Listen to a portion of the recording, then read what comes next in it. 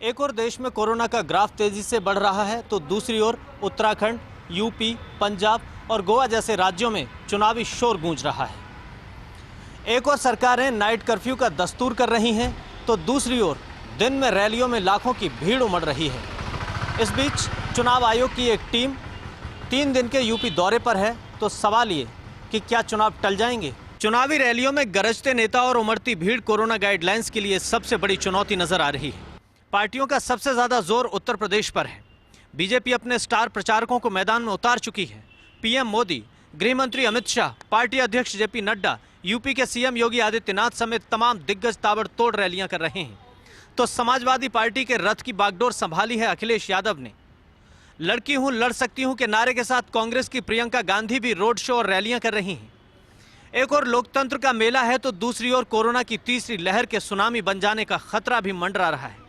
दुनिया के कई देश एक बार फिर कोरोना की भयंकर चपेट में हैं तो भारत में भी कोरोना के मामलों में बेतहाशा बढ़ोतरी होने लगी है। इधर ओमिक्रॉन वायरस के मामले भी तेजी से बढ़ रहे हैं। ऐसे में सोशल मीडिया से लेकर आम लोगों तक चुनावी रैलियों पर सवाल उठाए जा रहे हैं। चुनाव आयोग पर भी लोग उंगलियां उठा रहे हैं।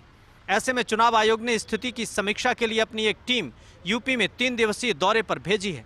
तो सभी की नजर अब टीम की रिपोर्ट पर रहेगी कि क्या कोरोना की आंधी चुनाव पर भारी पड़ेगी या चुनाव आयोग बेरोक टोक आगे बढ़ेगा। चुनाव आयोग के साथ बैठक में बीएसपी ने समय पर चुनाव कराने की मांग की है। सवाल लोकतंत्र का तो है ही, लेकिन जिंदगी का पहले है। नाइट कर्फ्यू लगाना और दिन में ताबड़तोड़ रैलियां करना किसी के गले नहीं उतर रहा है। ऐसे में हर कोई चाहता है कि चुनाव हो, लेकिन जिंदगी की कीमत पर ना हो और कोरोना से कोई समझौता ना हो। प्रधानमंत्री नरेंद्र मोदी आज यूपी के औद्योगिक महानगर कानपुर के दौरे पर रहे। इस दौरान उनके साथ योगी आदित्यनाथ भी मौजूद थे, जहां उन्होंने मेट्रो रेल प्रोजेक्ट का उद्घाटन किया। साथ ही आईआईटी की कॉन्वोकेशन सेरेमनी में भी शामिल हुए। आपको बता दें कि कानपुर में इत्र कारोबारी पीयूष जैन से भारी मात्रा में कैश बरामद होने के बाद अखिलेश यादव ने सरकार से सवाल पूछा था कि ये बरामद हुआ पैसा किसका है। पीएम मोदी ने कानपुर की रैली में कहा, बीते दिन जो बक्से भर भर कर नोट मिला है, ये लोग उसमें भी कहेंगे कि ये भी बीजेपी ने किया है। पिछली सरकार ने भ्रष्टाचार का जो इत्र छिड़क रखा था वो अब सबके सामने आ गया है, लेकिन अब वो मुंह पर ताला लगाकर बैठे हैं और इसका क्रेडिट नहीं ले रहे हैं। वहीं गृह मंत्री अमित शाह ने भी हरदोई में एक जनसभा के दौरान कहा, अखिलेश जी हमें डराने की कोशिश ना करें, हमने काला धन को समाप्त किया है। आज रेड हो रही है तो आपको बेचैनी हो रही है। समाजवादी इत्र बनाने वाले के यहाँ से 250 करोड़ रुपए मिले हैं, वो आपके हैं। इससे पहले इत्र कारोबारी के घर से बरामद हुए पैसे को लेकर सीएम योगी आदित्यनाथ ने भी समाजवादी पार्टी और अखिलेश यादव पर निशाना साधा था। उन्होंने कहा था कि गरीबों का पैसा है जिसे सरकार के संरक्षण में लूटा गया है। ये कोई समाजवादी इत्र नहीं, समाजवादी बदबू है जो प्रदेश में फैलाई जा रही है। वित्त विभाग द्वारा सेल्स टैक्स विभाग के पुनर्गठन के आदेश जारी किए थे। उसके बाद से ही लगातार सेल्स टैक्स विभाग का महासंघ कार्य बहिष्कार पर है। करीब 3 महीने से लगातार भिन्न भिन्न तरीकों से ये लोग अपना विरोध जता रहे हैं।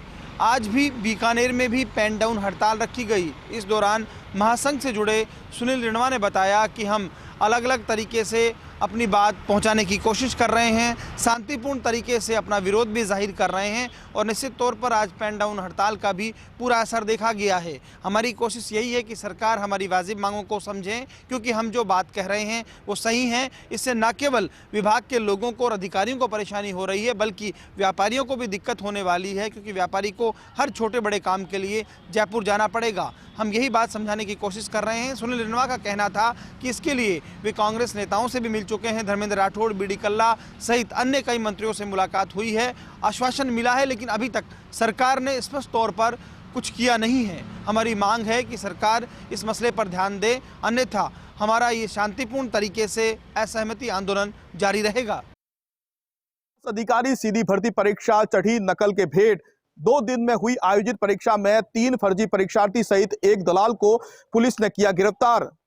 चारों आरोपियों से कोतवाली पुलिस कर रही है मामले की पूछताछ। ग्राम विकास अधिकारी सीधी भर्ती परीक्षा भी नकल गिरोह और फर्जी परीक्षार्थियों की भेंट चढ़ गई। सिरहुई एसपी धर्मेंद्र सिंह यादव ने बताया कि 2 दिवसीय इस परीक्षा के दौरान कुल 3 फर्जी परीक्षार्थियों सहित एक दलाल को गिरफ्तार करने में सिरोही पुलिस को बड़ी सफलता हासिल हुई है। सिरोही जिला मुख्यालय पर कुल 12 परीक्षा केंद्र बनाए गए थे, जिसमें से सिरोही के बारीघाटा क्षेत्र में स्थित महावीर पब्लिक स्कूल में बनाए गए परीक्षा केंद्र से 2 फर्जी परीक्षार्थी, इसमें एक ओम प्रकाश बिश्नोई व दूसरी इंदुबाला बिश्नोई को गिरफ्तार किया है, जो दोनों ही मूल परीक्षार्थी की आड़ में फर्जी तरीके से परीक्षा केंद्र तक पहुंच गए और परीक्षा देने लगे।